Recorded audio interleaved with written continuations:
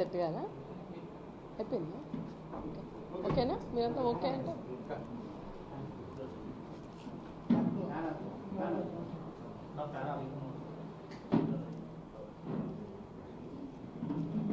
అందరికీ నమస్కారాలు మా ప్రెస్ సోదరులందరికీ కూడా ఈరోజు ముఖ్యంగా ప్రెస్ మీట్ పెట్టడం ముఖ్య కారణం చాలా రోజుల నుంచి పాపంపేట అక్కడ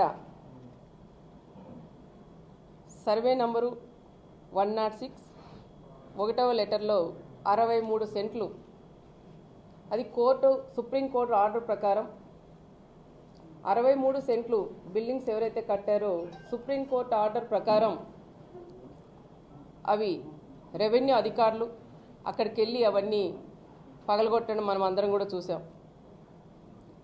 అది సుప్రీంకోర్టు ఆర్డర్ ప్రకారం వాళ్ళు చేస్తే అయినా మా పార్టీ లీడర్లు ఎక్స్ జెడ్పీటీసీ కానీ అక్కడుండే లీడర్లు అందరూ కూడా కలిసి ధర్నా కూడా చేసి ఇవి తీసేయకూడదని చాలా వరకు ప్రయత్నం కూడా చేశారు. అయినా సుప్రీంకోర్టు ఆర్డర్ అని చెప్పి మా వాళ్ళని కూడా తీసుకెళ్ళి స్టేషన్లో కూడా పెట్టింది మనకందరికీ కూడా తెలుసు. కానీ సుప్రీంకోర్టు ఆర్డర్ ఇచ్చింది ఏదైనా సమస్య ఉంటే దాని మీద జిల్లా కలెక్టర్ గారు కూడా స్పందించి దాని గురించి కూడా చెప్పే బాధ్యత మా జిల్లా కలెక్టర్ గారిది కూడా ఉంటుంది. అది కూడా దాని గురించి కూడా ప్రెస్లో కూడా వచ్చేలాగా వాళ్ళు కూడా చేశారు.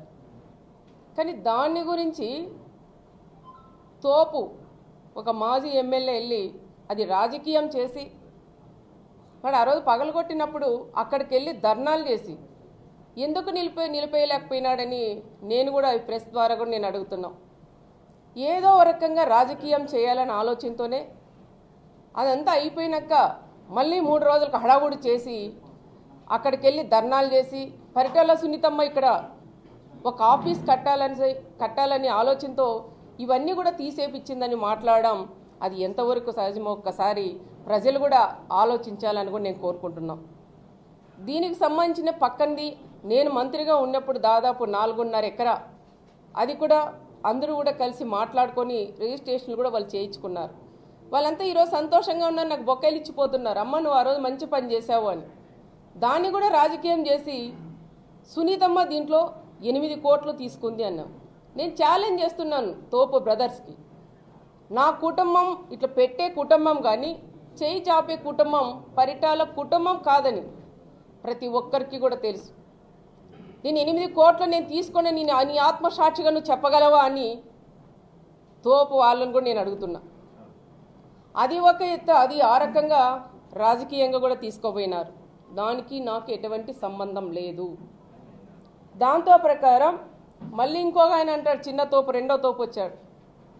జేసీపీ నైట్ టైం వెళ్ళినప్పుడు మళ్ళా సునీతమ్మ ఏమన్నా జేసీపీ పంపించిందా మా ఇల్లు పగలగొడతారని భయంతో ఆందోళన చెందుతాన్నారంటారు.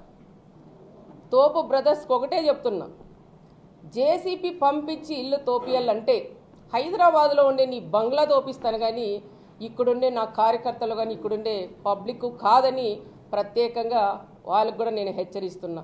ఇల్లు లేదని దొంగేడుపులు ఏడుస్తారు. హైదరాబాద్లో బిల్డింగులు ఉన్నాయి, ఆ బిల్డింగులతో ఏమన్నా జేసీపీ సౌండ్ వింటే సునీతమ్మ ఏమన్నా పంపించిందేమో నువ్వు భయపడతావు కానీ ఇక్కడ ఉండే ప్రజలు ఎవరూ భయపడరు.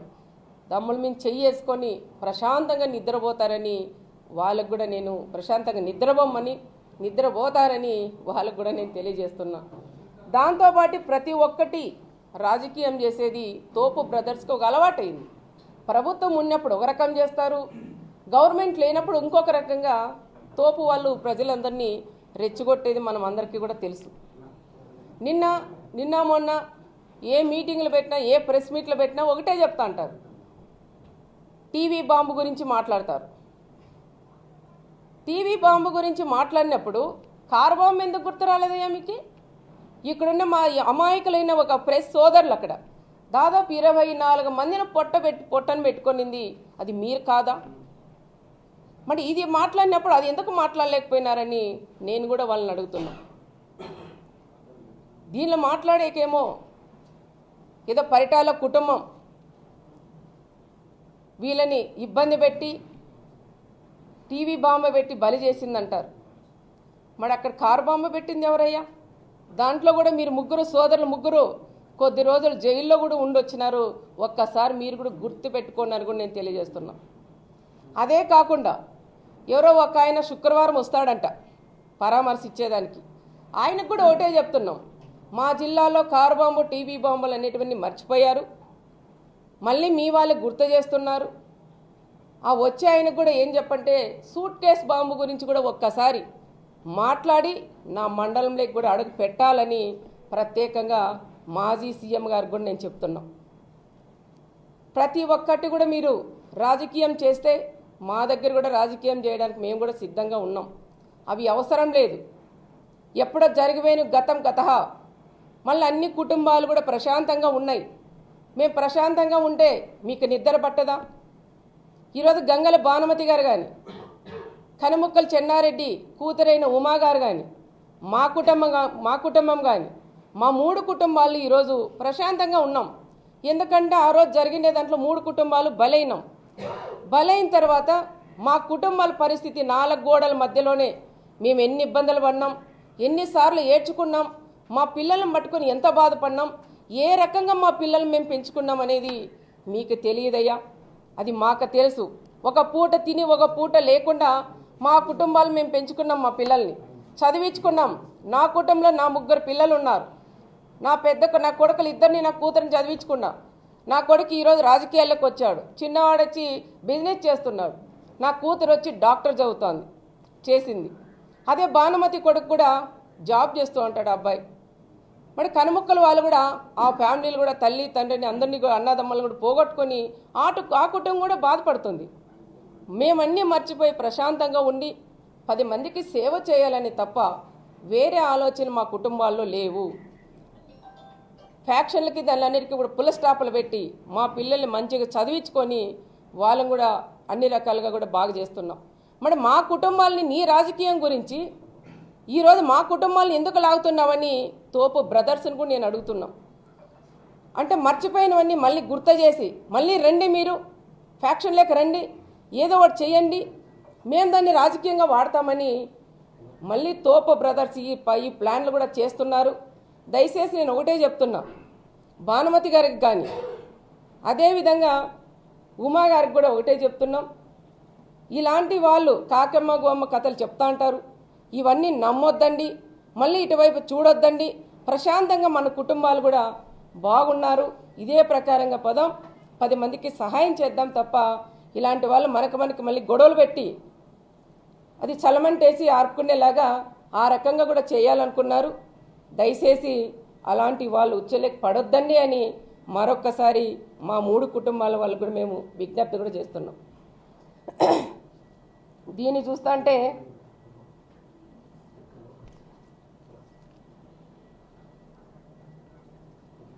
అధికారంలో ఉన్నప్పుడు మాత్రం కనుముక్కులలో కానీ గంగులలో మాత్రం కనపరు. అధికారం పోతేనే వాళ్ళని తీసుకొని వచ్చి ముందర పెట్టి వాళ్ళతో మాట్లాడియడం, ఏదైనా మీటింగుల్లో పోతేనే రండక్క కూర్చోండి పెట్టండి అనడం, ఈ రకంగా కూడా చేస్తూ అంటారు తోపు వాళ్ళు. మరి అధికారం ఉన్నప్పుడు, నువ్వు ఎమ్మెల్యేగా ఉన్నప్పుడు, మీ నాయకుడు సీఎంగా ఉన్నప్పుడు ఆ కుటుంబాలను నువ్వు దగ్గర తీసి ఒక చైర్మన్ పదవి ఇప్పి లేకపోయావా, ఒక ఎమ్మెల్సీ ఇప్పి లేకపోయావా అని నేను తోపు వాళ్ళని కూడా నేను అడుగుతున్నాను. ఆ పని చేయవు, కానీ అధికారం పోయిన తర్వాత మళ్ళీ ఆ కుటుంబాలను తీసుకొని వచ్చి నీ కుటుంబం లాభం పొందేదాకా చేస్తున్నావు.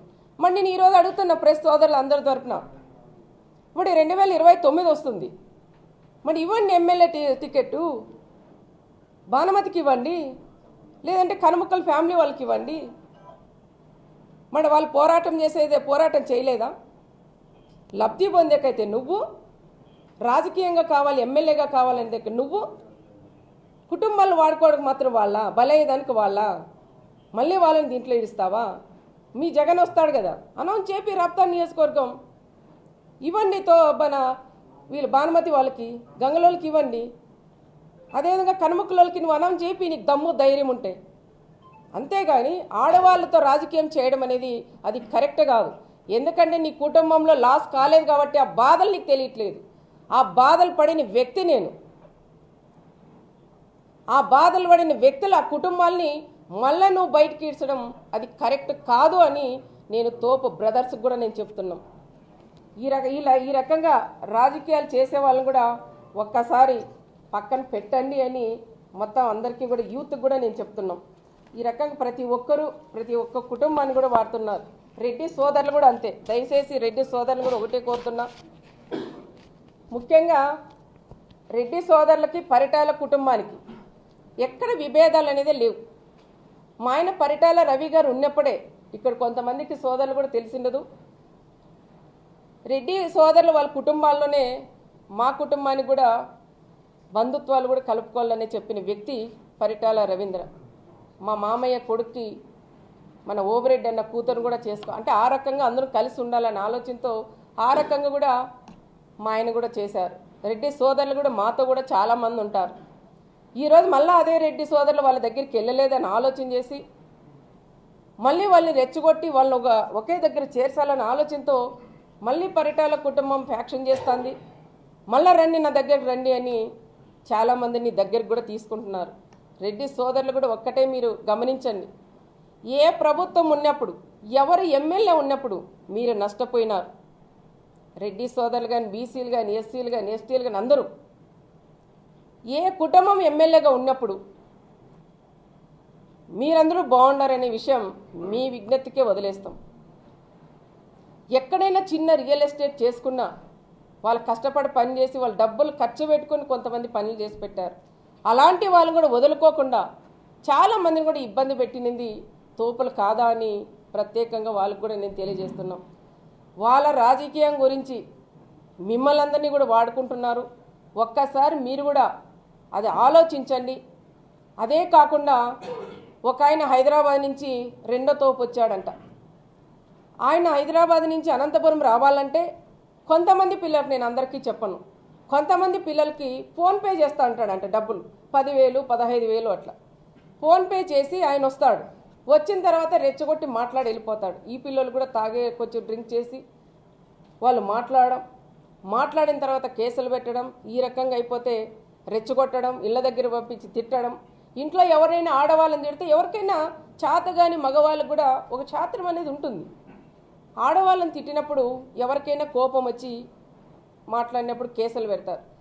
కేసులు పెడితేనే ఆ సునీతమ్మ కేసులు పెట్టించింది, సునీతమ్మ కొడుకు కేసులు పెట్టించారు అని ఆ రకంగా మమ్మల్ని వాడుకుంటున్నారు. దయచేసి రెడ్డి సోదరుల పిల్లలు కానీ చాలామంది బీసీ పిల్లలు కానీ యూత్ మీరందరూ ఒకటే ఆలోచన చేయండి. మీరందరూ మంచిగా చదువుకోండి. ఇలాంటి వాళ్ళ దగ్గరికి మీరు వెళ్ళొద్దండి. వెళ్ళినా ఏ పార్టీ వాళ్ళు ఆ పార్టీలు వెళ్ళండి, కానీ వాళ్ళు ఇచ్చిన డబ్బులకు అనవసరంగా వాడి తాగి కేసులు పెట్టించుకుంటే మీ భవిష్యత్తు కూడా ఇదవుతుంది. మీ కుటుంబాలు కూడా ఎంతోమంది ఆధారపడి ఉంటారు. కాబట్టి యూత్కి కూడా నేను ఒకటే పిలుపునిస్తున్నాను, ఇలాంటి వాళ్ళు రాజకీయంగా వాడుకుంటారు. దయచేసి వాళ్ళ ఉచ్చులో పడొద్దండి అని ప్రత్యేకంగా వాళ్ళకు కూడా ఒక అక్కగా ఒక అమ్మగా వాళ్ళందరికీ కూడా నేను విజ్ఞప్తి చేస్తున్నాను. ఆ పార్టీ కానీ ఈ పార్టీ కానీ ఎవరు కూడా మీరు చదువుకోండి, మంచిగా ఉండండి. ఫ్యాక్షన్లు వద్దు, గొడవలు వద్దు. ఫ్యాక్షన్ కావడం వల్ల బలవుతారు కానీ ఆ కుటుంబాలు బాగుండవు. దానికని దయచేసి మీరందరూ మంచిగా చదువుకొని ఉద్యోగాలు చేయండి, లేదంటే వ్యవసాయం చేసుకుందాం. మన అనంతపురం జిల్లాలో హిట్ టీవీ యాప్, ఇందులో short news, live news, entertainment shows, movies, digital magazines తో పాటు మీ జిల్లా వార్తలను కూడా ఫ్రీగా చూడొచ్చు. అంతేకాదు కేజీ నుంచి పీజీ వరకు విద్యార్థులకు స్కాలర్షిప్ కూడా అందిస్తున్నాం. ప్రతి వారం 10 మందికి లక్కీ డ్రా ద్వారా ఒక్కొక్కరికి 10,000 రూపాయలు అందిస్తున్నాం. ఇంకెందుకు ఆలస్యం, వెంటనే హిట్ టీవీ యాప్ ని డౌన్లోడ్ చేసుకుని ఫ్రీగా ఎంటర్టైన్మెంట్ పొందండి. Hit TV app. Hit TV app. Please download hit TV app. Hit TV app ని ఫ్రీగా డౌన్లోడ్ చేసుకుని ఎంజాయ్ చేయండి. మీకు నచ్చిన ఎంటర్టైన్మెంట్ కోసం హిట్ టీవీ యాప్ ని ఫ్రీగా డౌన్లోడ్ చేసుకుని ఎంజాయ్ చేయండి. హిట్ టీవీ యాప్ ని డౌన్లోడ్ చేసుకుని ఆస్వాదించండి, ఆశీర్వదించండి. ఇంతమంది సెలబ్రిటీలు హిట్ టీవీ యాప్ ని డౌన్లోడ్ చేసుకోండి అని చెప్తున్నారంటే ఎంత మంచి యాప్ ఆలోచించండి. అమెరికా అమెరికా అమెరికా అమెరికాలో చదవాలనుకునే వాళ్ళకి విశ్వసనీయమైన పేరు మన శౌర్య కన్సల్టెన్సీ. UK లో 1 year masters. UK లో 1 year masters. 2 years work permit up to 5 years visa. Contact Saurya Consultancy. Contact 89851 89851.